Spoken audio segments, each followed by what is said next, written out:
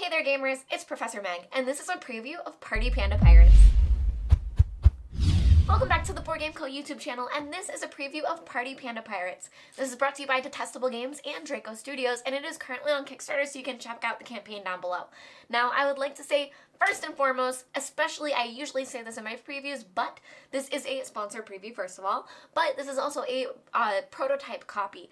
Especially for everything that you see, I highly suggest going over to their campaign page. They have beautiful miniatures planned for the different player characters, as well as this sculpt that you'll be using to launch your different people throughout the map here, which I will get to in a second.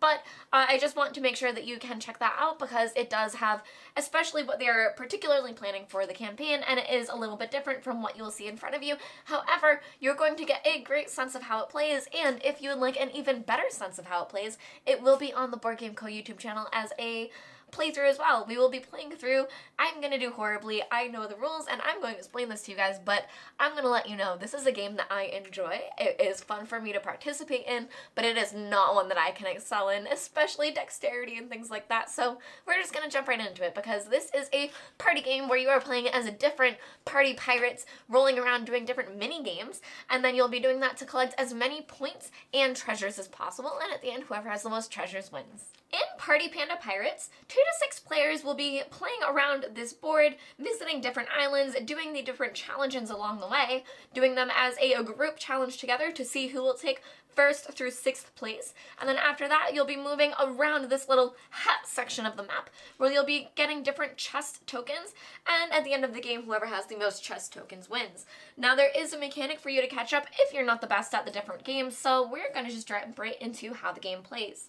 Now, at the beginning of the game, you'll have these different game cards available. They'll be face down so you don't see exactly what the games are yet, but each player, going in clockwise order, will start placing these around the 3 different islands along the map. Now, when this happens, they will be placed like so. It will have a little bit more strategy than that, as every other player will be placing these, but I'm just going to place these as so, just to give you an example. So now you can see that there are the different mini-games all over the different islands. Starting with the captain, you will move this turtle ship, which is the ship that you are all moving along with to go to the different islands. So you can see that it actually has, I don't know how well you can see, but I'll show you in a second, that you're going to be able to launch your pirate pandas into the different areas to determine what games you'll be doing. So, if these were here, let's see, because you do need to be able to get to these centers of the island. So these are the different challenges along the islands, but you do want to be landing in these circles. If you do, on the map, you will gain a coin as well. So let's say that we were going for this island, and we dropped our pirate panda right in here. He landed, and he is not quite touching that island.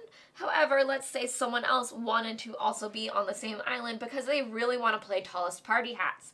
They are going to orient the turtle ship here. Maybe they want to adjust it a little, and they might hope to knock both of them in there. And nope. Nothing happened there. So, after all of the party pandas are out on their different islands, anyone that is on those circles would get a coin, and then after that, the captain will get to pick which mini game that you're playing.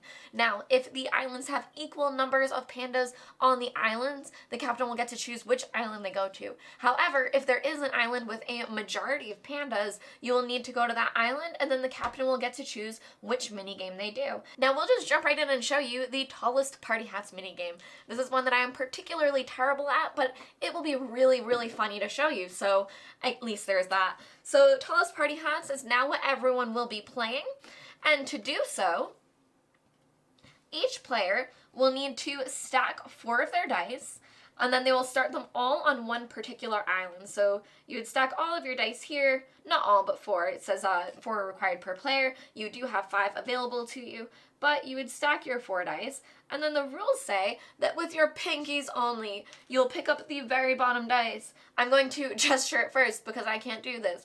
You'll pick up the very bottom dice first, you'll move it to the next island and touch it, and the next island and touch it, very gently going around until you either lose a die or 30 seconds has gone by.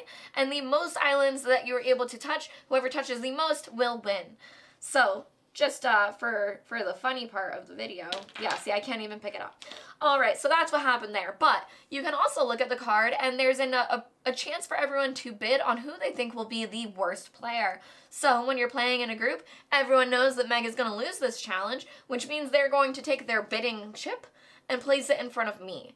Anyone who bids correctly will win a coin at the end of the game as well, meaning that you don't always need to win to get coins. You can sometimes get coins just from bidding on the correct worst player as well. After that, it will be time for players to move along the board. So I'm just going to say a few other players played with me, and I'll show you how that scoring would work. So if I was the yellow player, say it was a 3-player game, I would come in third and go down there.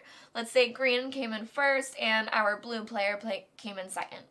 So if that were to happen, first place would get an available reroll, which I'll get to in a second, but they will also get 2 coins. Blue place would get 2 coins, and I would get 1 coin or my chance of a reroll. Now, we would be rolling because you are moving around this board trying to collect the different treasure chests. So, the yellow player, let's say that's me, I guess I wouldn't go first. The green player would go first, so let's be a little more fair. Let's say this is actually happening. The green player would roll their die. They're able to move 5. Let's say they don't like the option of moving 5. We can count this out for them. They would go 1, 2, 3, 4, 5. 1, 2, 3, 4, 5. Oh no, they couldn't go that way because the arrows are actually showing you which direction you need to orient. And 5 isn't bad for them heading towards this chest. So we'll have them do that and go 1, 2, 3, 4, 5. Now because they crossed this, they'll be able to collect this treasure chest. And the next treasure chest, because that was at number 4, would then spawn at spot number 5. Then the next player would roll their die. So blue would be able to move. They can move 3 and they would go 1, 2, 3. That's pretty much the only way they can go. So 1, 2, 3. One other thing to note when you're moving around that spot, because I am going to move next, is if you land on a red arrow, you would lose 1 coin.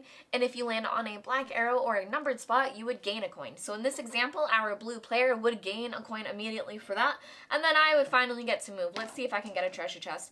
I rolled a 2, which would only get me to here. I'm going to try for that 4. I do have a reroll. I'm going to forgo taking a coin instead.